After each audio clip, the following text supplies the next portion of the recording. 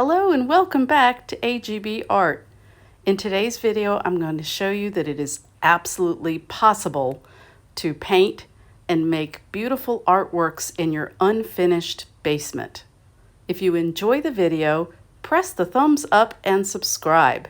Your subscription really helps my YouTube channel. This is the area that I paint in my unfinished basement. You can see I share it with my husband's tool bench, but it's a nice big space, very airy. When I enter my studio, I'm immediately greeted by Big Red and Little Red. Big Red is the zero turn, Little Red's the push mower. I repurposed this ironing board, put a vinyl tablecloth on it so that I could move wet paintings so they could dry. There's the back of Big Red. Here is the actual painting area. I put drop cloths on the floor to try to protect the unfinished concrete. And what I really love about my space, yes, there is the long extension cord that goes to the wall. And the gorgeous view out the garage door. What I was saying was, what I love about my space is this huge table. I have one corner of it for varnishing. Those are Christmas ornaments. And I do the majority of my painting and pouring right here in this huge space. This huge space is actually two folding tables pushed together. Here is my tripod that I use for video recording my painting sessions. And one of the most important things to have on hand, paper towels. Here is another smaller folding table. This is what I use for mixing my paints in the cups. It's currently cleaned off. We got this huge shelf from a friend of ours that was closing his repair shop, and my husband gave me a half of it. I keep my varnish and my butane torches on the top shelf. Second shelf is kind of a mismatch of water and wall paint. Third shelf are the actual paints, which I will review with you in just a minute. And the bottom shelf has cups and my Floetrol. For some reason, I save my extra Floetrol bottles. Sometimes, there's a smidgen of it in the bottom and I try to get some paint out. I have this plastic storage unit that came from my husband's old office, and I keep all of my craft paints in there. And then on the top are some rolls of parchment tape paper for skins, acrylic skins. And there's the tool bench and his tools. And one of my most favorite things, the Amazon Echo that I listen to music. The tables that I got are these. They are Costco folding tables. And I started off with just one. When I got a commission, I had enough money to buy a second one. I used this drop cloth, and it is enough plastic to cover two of the tables and then a little bit extra. And let me tell you, it is no fun unfolding that stuff.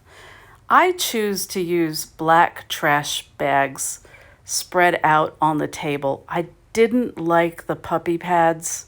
I much prefer the plastic. It's easier to clean up. A couple of notes on organization. I try to keep everything in the same place so I can find it. And I happen to have these plastic boxes already, so I reused them.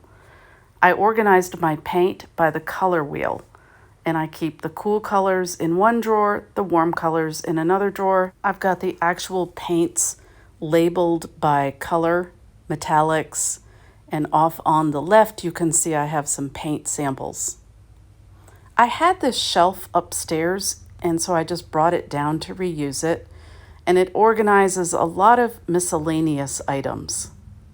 I keep it clear on one side for the vases, and in case you're wondering what to get anybody for Christmas, those jumbo push pins, we artists just love them. Here I've got a box of just miscellaneous things in it. I keep some gloves here.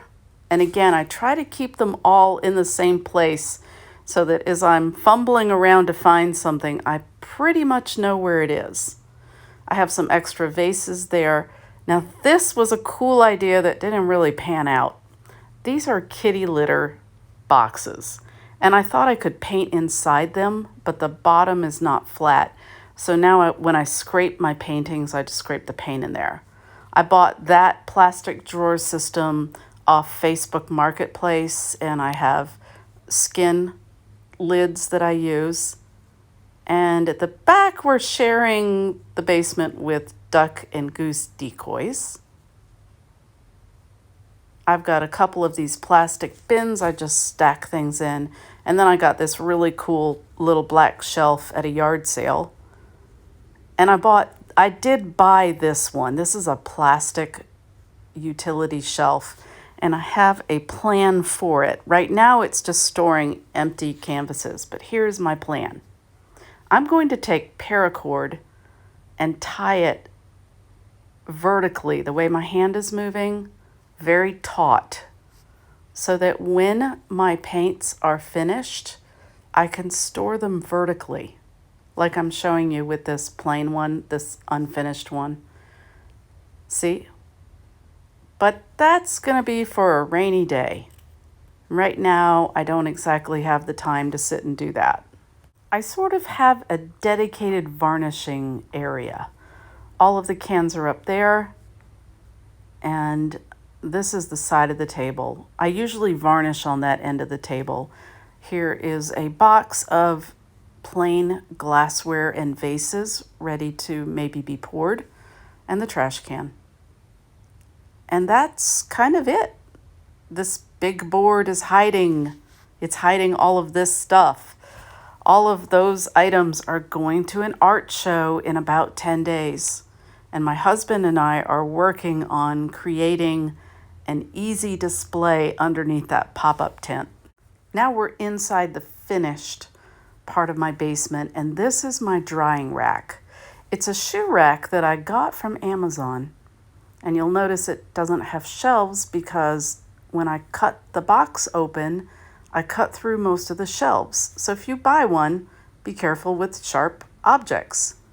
I put the dates on the side there so I know not to varnish the paintings for at least 3 to 4 weeks. And then of course, more ducks and geese. I also put my finished artwork leaned up against the walls.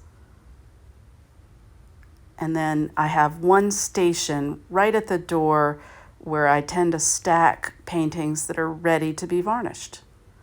I hope you enjoyed this tour of my unfinished basement art studio.